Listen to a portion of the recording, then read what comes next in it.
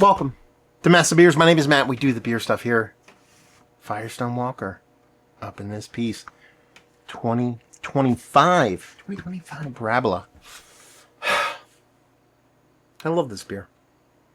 It's one of the first beers I ever reviewed on my channel 10 plus years ago.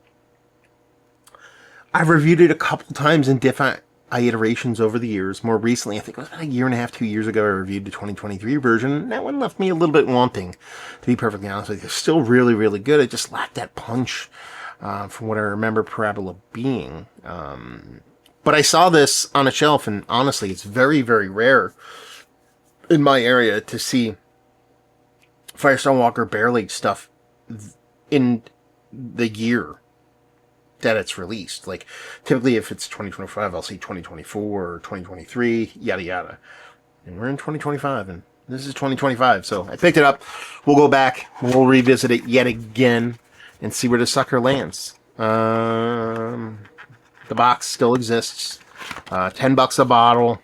I'd rather pay $8 a bottle without the box, because there's no... Used to have the little scroll in here at the bottom. Well, the bottles used to be much bigger, and you know the whole deal. So throw that over there, and we'll see what's what. What do we have here? Parabola 2025. We're talking about ABV of 14.1 Imperial Stout aged in bourbon barrels. Store at 45, serve at 55. It's probably right on 55, to be honest with you. Always refrigerate. I bought it off a shelf that wasn't refrigerated.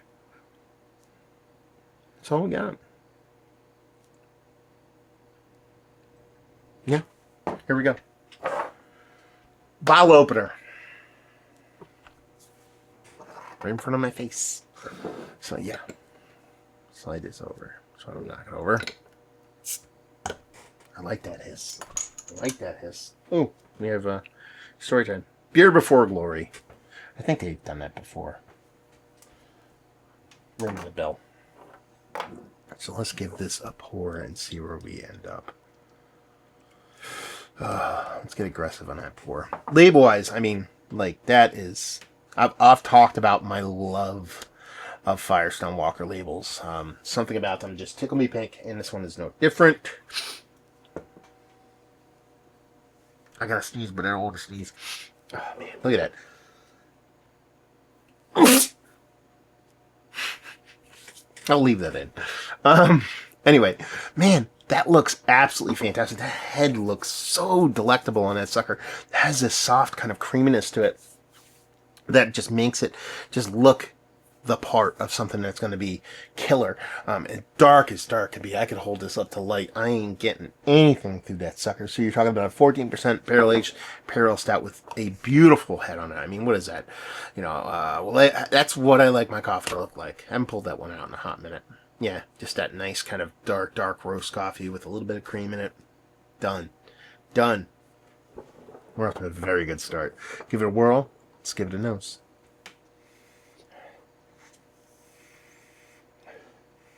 That smells fantastic, man. It smells absolutely fantastic. You're getting so many bits and pieces of everything here. You know, the base of the beer is absolutely 100% there. That's the one thing I forget to lead with a lot of these really great barrel-aged beers is that, you know, you get the beer, this nice big roasty, toasty, bittering Russian Imperial Stout base with this nice kind of chocolate notes coming from the beer itself, with this kind of little bit of bittering you would assume is coming from that roasted maltiness too on top of it. Then you move into the barrel portion of the show. You're getting a nice big spirit on here. The bourbon comes through. It's punchy, but not over the top.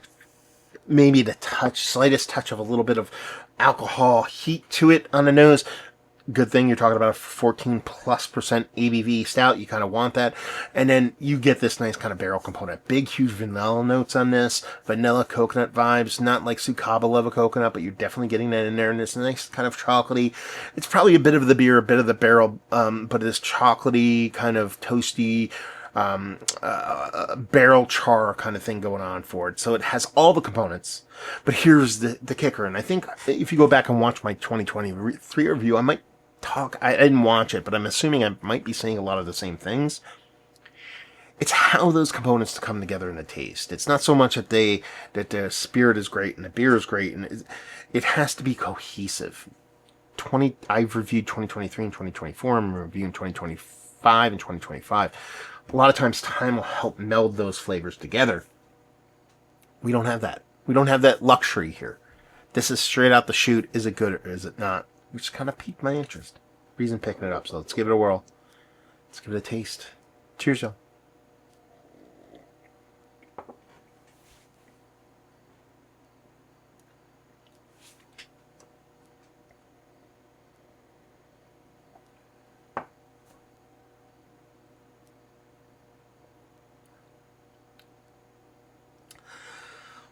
That is delicious. That is really good.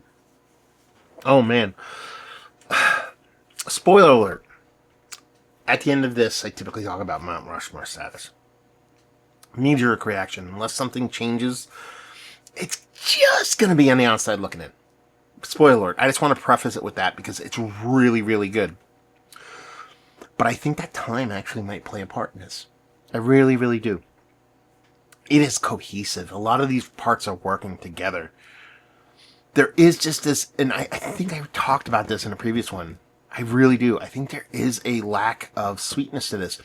Just a hair. We're talking microns. I'm being very nitpicky here.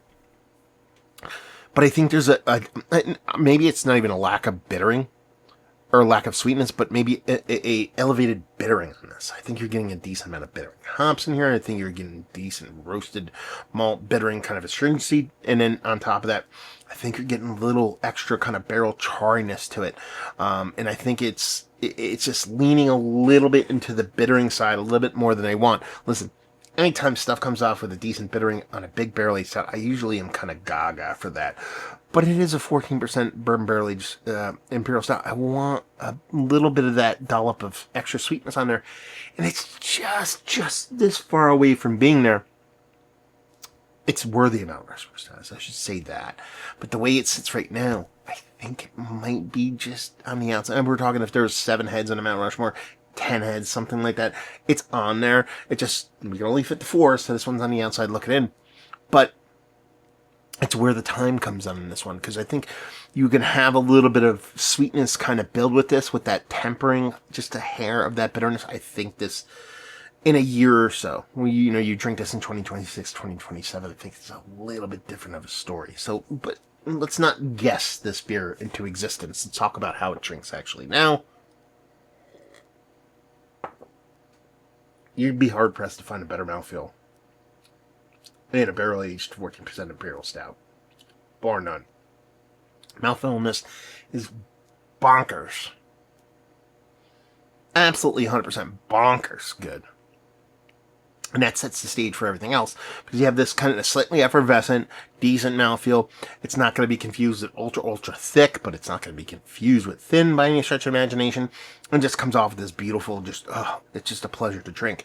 The beer is omnipresent here, with a lot of bitter. Like I said, I think there's a hops here. I think a roasted malt thing kind of brings this big, again, Russian Imperial Stout vibe style kind of to the way this beer kind of drinks, the way this beer drinks. It shows that both those levels of chocolate and toastiness on top of that bittering. Spirit here, again, bourbon through and through. It is a little bit hot. Brand new out of the chute. Can I get a date on this sucker? Do they do the bottling dates on here? Oh, man. I'm curious to see how old this beer is. Did they etch it? I see etchings down here. I see 1025, which is impossible.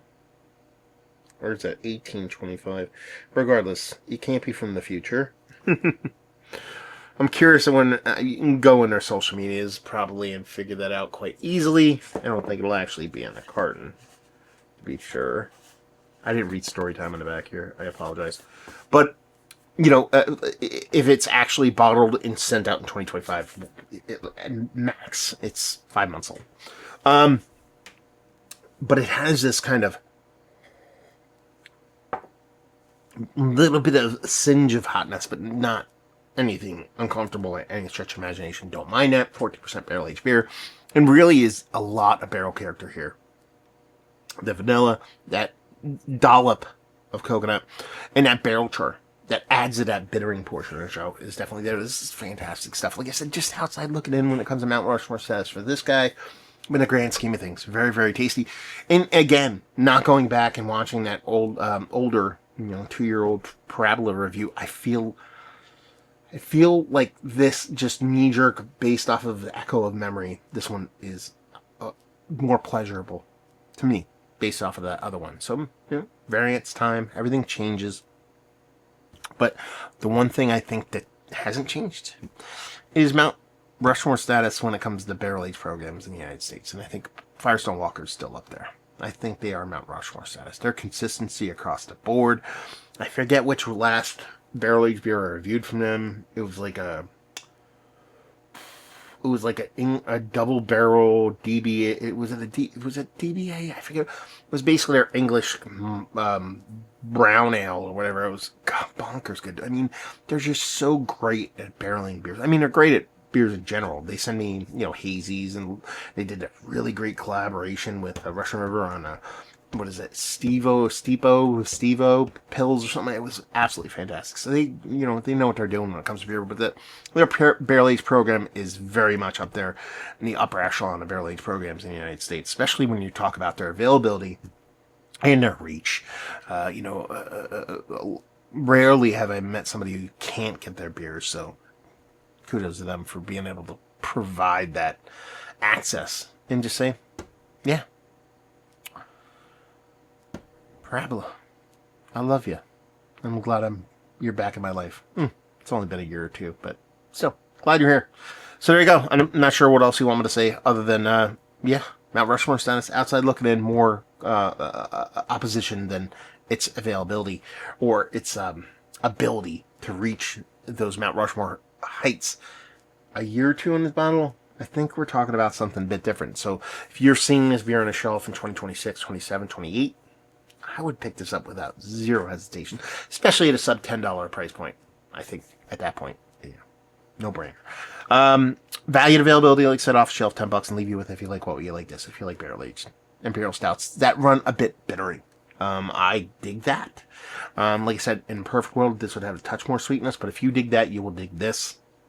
There you go. We're reviewing the books. Hopefully you enjoyed. Massive beers. If you want to check me out doing the social media stuff, Beer Massif, podcasting stuff.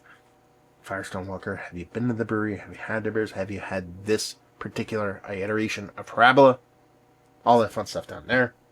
Really need to get to the Firestone Walker Festival. Invitational. It's like bucket list stuff for me. Gotta get to that. Been to that. Tell me how good it was. Make me feel bad for not being there. Hopefully you enjoyed the review. Hopefully you enjoyed some barrel aged goodness. Hopefully see you next time. Cheers, y'all.